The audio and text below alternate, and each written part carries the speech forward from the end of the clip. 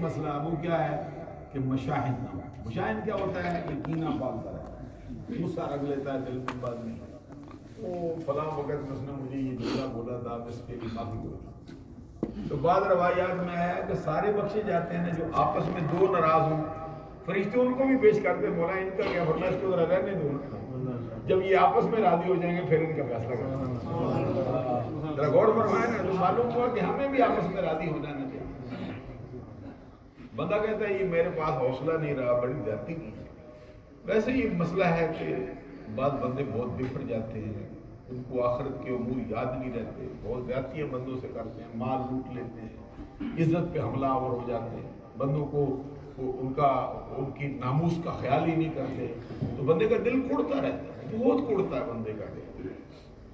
تو جس نے کسی مسلمان کو اتنی تکلیف پہنچائی ہو, اللہ اس پہ رحم کیسے فرمائے.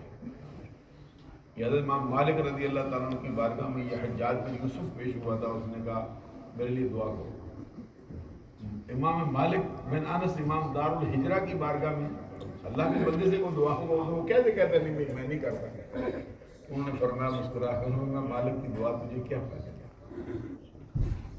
مالک کی دعا سے تجھے کیا فائدہ ملے گا, تو کیا جاتا ہے, ہزاروں بندے تیرے حق میں دعائیں ہلاکت کر رہے ہیں, میری دعا تجھ کو کیا فائدہ ہے. جا کے اللہ کے کسی بندے کے دل پہ مرم رکھ, اللہ کا کرم شامل ہے. اپنا وتیرہ درست ہو گیا بندے کا, تو آپ کو ابھی آپ ہر بندے کو یہ بات معلوم ہے, اتنی بیان ہوئی کہ یہ وہ خاتون جس کا شعبہ تھا, جس کا پیشہ تھا کہ وہ طائفہ تھی, اس نے کتے کے چھوٹے بچوں کو پانی پلایا ہے, تھوڑی مشقت بھی کی ہے, پھر اپنے راستے پہ چل پڑی ہے. تو حدیث میں سرکار فرماتے ہیں میں نے تو جنت میں ٹہلتے دیکھا ہے. اتنی سی بات ہے, کتے کے بچے کو پانی پلانے سے اللہ راضی ہو گیا, گناہ معاف کر دی, جنت ہی کر دیا. تو کسی بندے پہ رحم کر جاؤ پھر. دوسری طرف یہ رخ بھی فرمایا کہ سرکار فرماتے ہیں میں نے اس بندے کو دیکھا معراج کی رات جنت میں, میں پوچھا کیا کیا تو نے, کیا کچھ نہیں, بس نیت کی. وہ کیا نیت کی, اس نے کہا میں رات کو سفر پہ تھا, وہ طوفان آیا ہے, اور طوفان نے آندھی بہت سخت آئی, اس نے ایک درخت کو اکھاڑ کے جڑ سے راستے میں ڈال دیا. تو اب راستہ جو ہے لوگوں پہ مشکل ہو گیا ہے, گزر نہیں سکتے ہیں, گاڑیاں گزرتی ہیں, وہ کیسے گزرے گی. اس طرح بار برداری کے سامان لے جانے والی گاڑیوں کیسے گزر سکتی. وہ کہتا ہے میں دیکھتا رہا ہوں, بہت مشکل مسئلہ ہے, اللہ کی مخلوق پر سفر مشکل ہو گیا ہے. میرے پاس میں اس وقت اتنی آدھی رات ہو چکی ہے, کہتے ہیں یہ میں نے ارادہ کیا کہ صبح سب سے پہلا کام یہ کروں گا, اٹھتے ہی آؤں گا اس درخت کو یہاں سے اتار کے لوگوں کی مخلوق کا راستہ سے. وہ کہتا ہے کہ میں ابھی رات کو جا کے سرکار سے عرض کر رہا ہے کہ کیسے میں بخشا گیا ہوں, جنت میں کیوں آیا ہوں. تو سرکار سے کہتے ہیں ابھی میں گھر گیا ہوں, نیت میں نے کر لی ہے, تو ادھر میری آنکھ لگی ہے, تو ادھر اللہ نے فرشتہ بھیجا, اس نے میری روح میرے جسم سے کھینچ کے الگ کر دی ہے, مجھے لے آئے. تو اب سارا معاملہ تو ادھر ہی دھرے کا دھرا رہ گیا ہے. لیکن جب مجھے حساب و کتاب کے مقام پہ کھڑا کیا, پوچھنے آئے مر ربو کا ما دینو کا, یہ سوال کر رہے تھے, ادھر سے آواز آئی ہے اس کو جانے دو, تمہارے والا نہیں, یہ میرے والا بندہ ہے, اس نے میری مخلوق پہ رحم کرنے کا ارادہ کر لیا.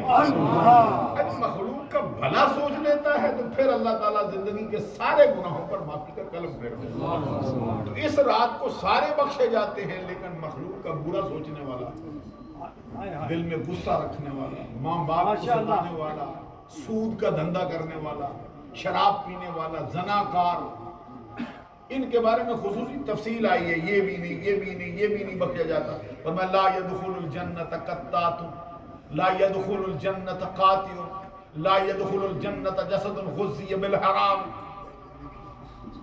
وہ جسم جس کو حرام کی غذا دی گئی جنت میں جائے. ویسے تو 5 نمازوں کی بجائے 10 پڑھتا ہے, لیکن ساتھ سود پہ پیسے بھی رکھے ہوئے کھاتا رہتا ہے.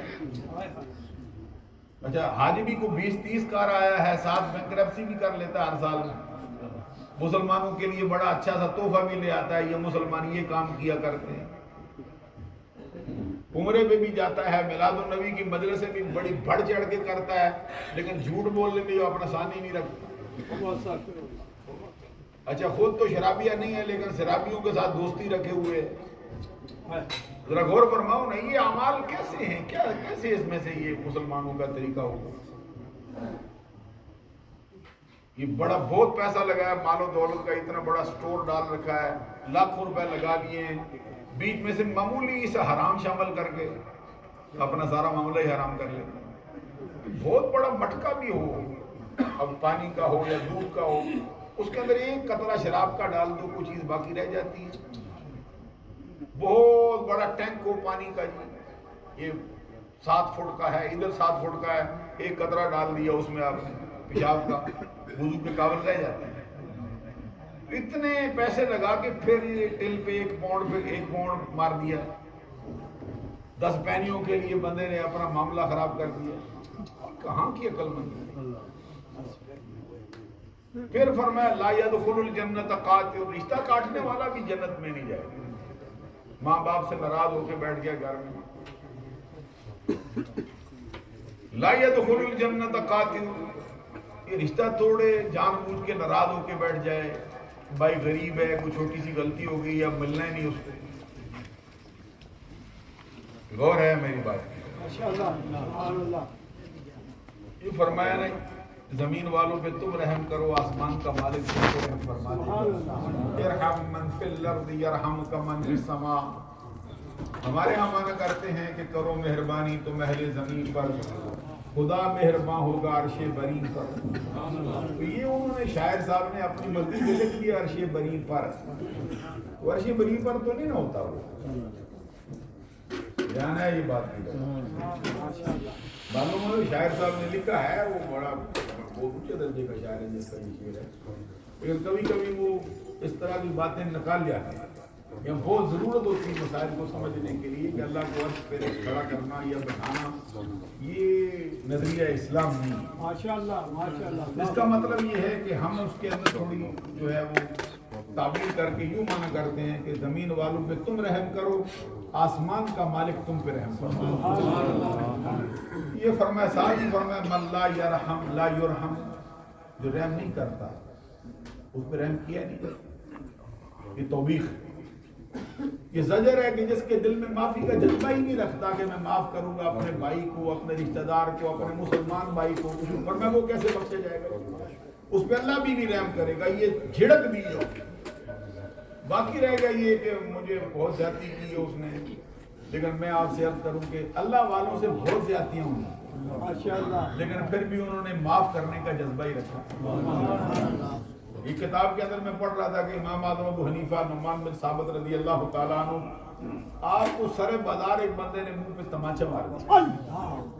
تو آپ کو معلوم ہے کہ ہستی کون سی ہے, وہ جس کے بارے میں سرکار فرماتے ہیں کہ میری امت کا ایک فرد ہے جس پہ میں بھی ناز کرتا ہوں, جس پہ مجھے بھی فخر ہے. خود سرکار نے فرمایا کہ میرے باپ آدم نے اپنی ساری اولاد میں سے ایک بندے پہ فخر کیا. پوچھا گیا سرکار کون ہے, فرمایا میں ہوں. فرمایا میں بھی اپنی امت میں سے اپنے امتیوں پہ فخر کرتا ہوں, سارے امتیوں میں سے ایک بندے پہ فخر کرتا ہوں. پوچھا گیا کون ہے, فرمایا اس کا نام نعمان ہے, اس کی کنیت ابو حنیفہ ہے. سینکڑوں ولی جس کے دامن میں پناہ لیے بیٹھے ہیں وہ ابو حنیفہ, جس کے بارے میں یحییٰ بن معین کہتے ہیں مجھے سرکار کی زیارت ہوئی تھی, میں نے پوچھا سرکار کہاں تلاش کروں, قیامت کا دن آئے کہاں پاؤں گا آپ کو, کہاں تلاش کروں, کہاں ملو گے. فرمایا ان دا عالم ابی حنیفہ. اللہ یا رسول امام اعظم, جہاں ابو حنیفہ کا جھنڈا گاڑا جائے گا وہاں مجھے پانا. معلوم ہوا ابو حنیفہ کو قیامت کے دن جھنڈا دے دیں گے تاکہ الگ نشان ہو جائے. بعض نے اس کو ان دا علم میں ابی حنیفہ بھی پڑھا ہے, وہ بھی درست ہے, لیکن صحیح یہ ہے کہ ان دا اعلیٰ میں ابی حنیفہ, جہاں ابو حنیفہ کا جھنڈا گاڑیں گے کہ یہ ابو حنیفہ. اچھا جھنڈا گاڑیں گے تو آپ بھی وہاں پہ آئیں گے نا انشاءاللہ. جتنے ماننے والے ہیں جھنڈا تو ان کے لیے ہوتا ہے نا کہ یہ گروپ ابو حنیفہ کا ہے. سبحان اللہ کہو, سبحان اللہ. جماعت ابو حنیفہ کی ہے, قیامت کے دن بھی ابو حنیفہ کی جماعت کو ایک جھنڈے کے لیے جمع کریں گے. سرکار نے فرمایا مجھے پانا چاہے تو ابو حنیفہ کے جھنڈے کے پاس ہوگا, جتنے ابو حنیفہ کے ماننے والے ہوں گے سب کی بخشش کرتے جائیں گے. مطلب یہ ہے ابو حنیفہ کو بسارے بازار عادت ہوتی ہے بندے بگڑے ہوئے لوگ ہیں. یہ داتا گنج بخش حجویری رضی اللہ عنہ نے ایک اپنے باب میں لکھا ہے کہ حضرت ذوالنون مصری رضی اللہ تعالیٰ عنہ کشتی میں سفر کر رہے تھے. دوسری کشتی کے اندر کچھ لوگوں نے آپ پر بیٹھے بیٹھے بول جاتی ہیں کہ آپ پہ آوازیں کسے, کچھ خربوزے کے چھلکے مار دیے, کچھ برا بلا کہنا شروع کر دیا. تو آپ کے مریدوں نے کہا حضور کوئی ان کے لیے دعائے ہلاکت ہی کر دو. تو ذوالنون مصری تو اللہ کے برگزیدہ بندے تھے, فوراً دعا کے لیے ہاتھ اٹھائے اور بولتے مولا ان کو دنیا میں خوش رکھنا ہے, آخرت میں بھی خوش رکھنا. بس یہ دعا کا کرنا تھا. ابھی کشتی چلانے نہیں لگی تھی, وہ آپ کی خدمت میں آئے تو عرض کیا آپ کے ہاتھ میں توبہ کرنا چاہتے ہیں. امام اعظم خلیفہ کو اس نے تھپڑ مار دیا تو آپ نے بڑی مشکل سے سنبھل کے آگے سے فرمایا تو بھی بندہ ہے میں بھی بندہ ہوں, اتنا تھپڑ میں بھی تو مار سکتا ہوں. ساتھ ہی فرمایا لیکن ماروں گا نہیں. ساتھ سنا تجھے پتا یہ جو خلیفہ وقت ہے یہ مشورے کس سے کرتا ہے؟ یہ میرے پاس آتا ہے. میں خلیفہ وقت کو اشارہ کر دوں کہ اس نے میرے ساتھ یہ زیادتی کی ہے تو شام نہیں ہونے دیں گے تو اسے بدلہ لیں گے. تو فرمایا تجھے معلوم ہے جو قاضی وقت فیصلے کرتا ہے وہ میرے شاگرد ہے, اس کو بھی تو کہہ سکتا ہوں نا, لیکن نہیں کہوں گا. یہ فرمایا صاحب فرمایا کہ سحری کے وقت میں تیرے لیے کوئی دعائیں بازی کر دوں, اللہ کی بارگاہ میں تو کہہ سکتا ہوں نا بھی اس کا ستیہ ناش ہو جائے, میرے ساتھ جاتی کی ہے, پر میں نہیں کروں. فرمایا قیامت کا دن آئے گا تیرے اس تماچے کے بدلے میں تیری ساری نیکیاں لے جاؤں پھر راضی نہ ہوں تجھ پہ, کیونکہ اللہ نے گوگل عباد رکھی ہیں.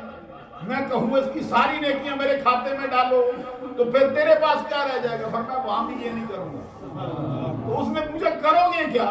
فرمایا کروں گا یہ کہ اللہ نے قیامت کے دن مجھے بخش دیا. پھر پوچھا ابو حنیفہ کیا چاہتا ہے؟ میں کہوں گا اس تھپڑ مارنے والے کو لے آؤ, اس کو جزا دے جائے, اپنے ساتھ جنت میں داخل کر دیں. یہ اللہ والوں کا معاملہ اور ہے. اچھا یہاں سمجھنا یہ ہے کہ اللہ والوں کا مسئلہ یہ ہے تو اللہ کا مسئلہ کیا ہے؟ سبحان اللہ, سبحان اللہ. یہ اللہ کے بندوں کی شان ہے نا, تو اللہ کی شان. یہ حضرت امام حسن مجتبی رضی اللہ تعالیٰ کو زہر دیا گیا کتنی مرتبہ؟ بعض روایات میں 6 مرتبہ زہر دیا, 5 مرتبہ زہر نے اثر ہی نہیں کیا, کرتا تھا تھوڑا سا. حضرت امام حسن مجتبی سرکار کے شہزادے, سیدہ شباب اہل الجنہ میں امام حسن سے حسین سے بڑے, حضرت فاطمہ الزہرا کے بیٹے ہیں, علی شیر خدا کے لقب جگر ہیں, جن کا سراپا بھی سرکار سے ملتا ہے. سبحان اللہ, سبحان اللہ. ان کو زہر دیا گیا. زہر دیا جاتا تھا کبھی سرکار کے روزے پہ, روزے کے سامنے جو راستہ گزرتا ہے اس میں جاتے ہیں, گزرتے ہوئے راستے کی جو مٹی ہے نا اس کو ہاتھ لگا کے اپنے پیٹ پہ مل لیتے ہیں, اللہ شفا دے. سبحان اللہ. یہ سرکار کے شہر کی مٹی کو اللہ نے شفا عطا. اور کبھی ایسا ہوتا ہے کہ زہر دیا, اثر ہوا, سرکار کے روزے کے سامنے گئے, عرض کیا سرکار سارے زمانے کو شفا دیتے ہو, مجھ فقیر پہ بھی اپنا کرم کر. ادھر وہ استغاثہ کرتے ہیں ادھر شفا مل جاتا. 6 مرتبہ زہر دیا گیا تو زہر نے اس قدر اثر کیا کہ آپ کی طبیعت میں غلبہ ہو گیا ہے. امام حسین آپ رضی اللہ تعالیٰ جو آپ کے چھوٹے بھائی ہیں, ان کی گود میں آپ کا سر تھا, آپ کے جگر کے ٹکڑے کٹ کٹ کے باہر آ رہے تھے, وہ آپ کا چہرہ مبارک صاف کر رہے تھے. اس وقت کیفیت کیا تھی؟ امام حسین رضی اللہ تعالیٰ کو بھائی جان بتاؤ یہ زہر کس نے دیا؟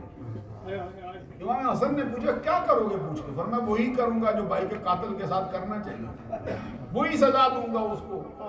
تو آپ نے فرمایا تو 1 مرتبہ کی بات کرتا ہے, میں اس کو بھی جانتا ہوں جس نے 5 مرتبہ پہلے دیا ہے, لیکن تو یہ گواہ کر کے کہتا ہوں میں نے اس کو بھی معاف کیا جس نے پہلے دیا تو اس کو بھی کیا. تو فرمایا صرف معاف ہی نہیں کیا, تجھے گواہ کر کے کہتا ہوں کل قیامت کا دن آئے رب میرے لیے بخشش کا پروانہ جاری فرمائے, پھر پوچھے حسن کیا چاہتا ہے, میں کہوں گا وہ میرا قاتل لے آؤ جو میری شہادت کا سبب بنا ہے, اسے میرے ہاتھ میں دے دو, اسے بھی جنت میں داخل کر دو.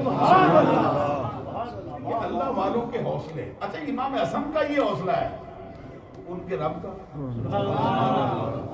کیسے سمجھا سکتا ہوں. یہ بھی بات ہماری کتابوں میں لکھا ہے کہ جب قیامت کا دن قائم کیا جائے گا اللہ تبارک و تعالیٰ کی طرف سے ندا آئے گی, فرمایا جائے گا اے فرشتوں تمہارے لیے اطاعت ہے تجھ کو مبارک ہو, اے رسولوں تمہارے لیے رسالت ہے تم کو مبارک ہو, اے زاہدو عبادت گزارو، تمہارے لیے زہد ہے، تم کو مبارک ہو، تمہارے لیے عبادت ہے، تم کو مبارک ہو۔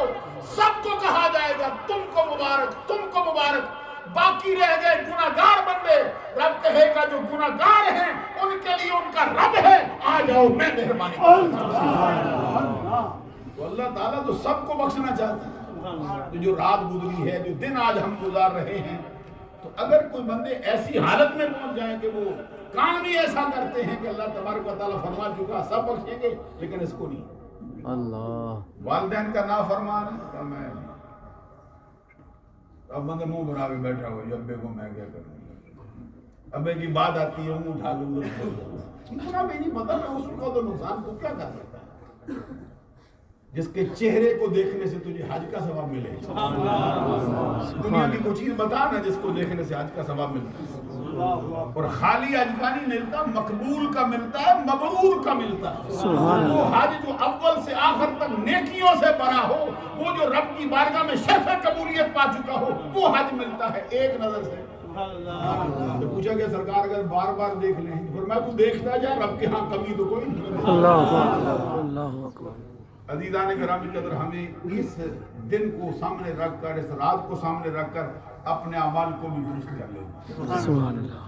اللہ تعالیٰ عمل کی توفیق عطا فرمائے۔